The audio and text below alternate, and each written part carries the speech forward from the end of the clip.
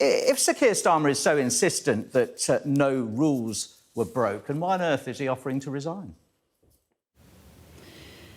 Listen, what really has struck me about all of this is the difference in attitude between Keir Starmer and others. He shows that there is integrity and honesty in politics, that all politicians are not the same.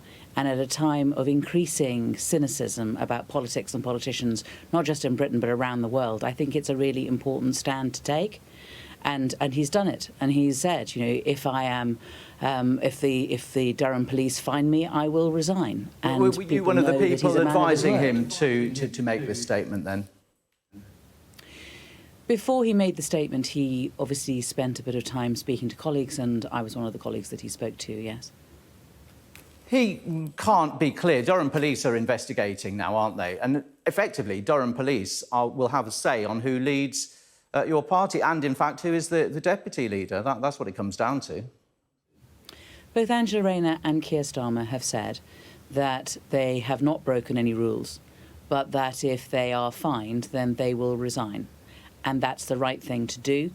And I think that it shows them in clear contrast to the systematic party making that was going on at Number 10, where there were leaving parties, arriving parties, birthday parties, ABBA parties, parties with karaoke machines, parties with cakes, parties with cheese, parties with wine, and more parties going on at Number 10 than at any other address in the whole of the country. And yet a Prime Minister who lives there and works there... That's to do with the Conservatives. Your party is in crisis, is it not, tonight? No, we're not in crisis. Keir Starmer hasn't broken any rules, and he is not going to be fined because he hasn't done anything wrong. But he has made the stand, which is that if the police decide that he has broken the rules and do fine him, then he will resign. And that's the right thing to do. Listen, this is a guy who has spent many years as the chief prosecutor in the country. He knows how important rules are. And indeed, politicians ought to be held to a high standard. We're the ones who pass the rules. We ask our parties to vote for them.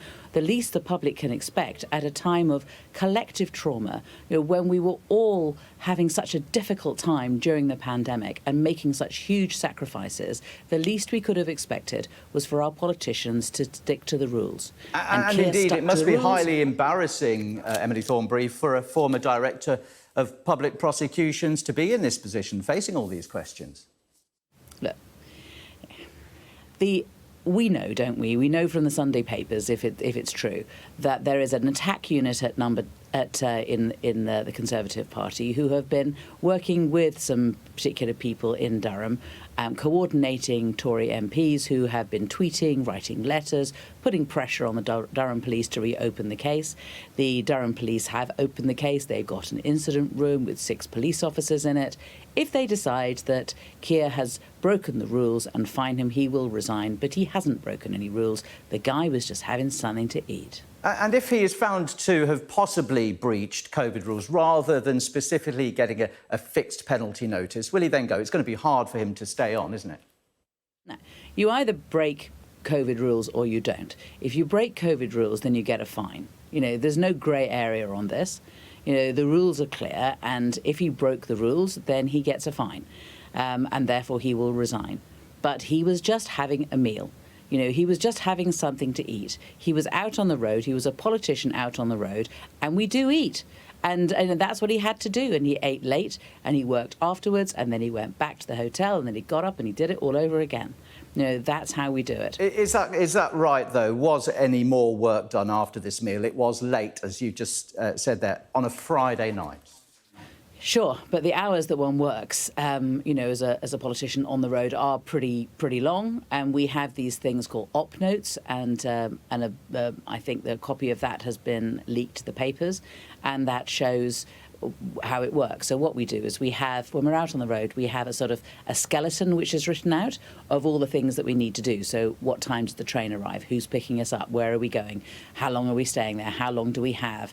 Where are we going next? All these sorts of things. So the people who are around us know what time does Emily have to leave? No, she can't talk to that person for any longer. She has to move on. That sort of thing. So it's that kind of ops note is the sort of thing that we have, that is the basic structure. On that, we have, like, you know, if you're on a train, then you have the time to go through the speech and make sure that you're okay about it and sign it off or sign off quotes. And at the end of the day, I can tell you, as a politician who spent a lot of time campaigning on the road, the last thing you do before you go to bed, you sit down with your staff, you go through what you're doing the next day, you go through the ops note of the next day, and you work out, right, where's the speech, what kind of state is it in, am I meeting any journalists, which ones am I seeing, what are we talking about? One quick answer, if you would.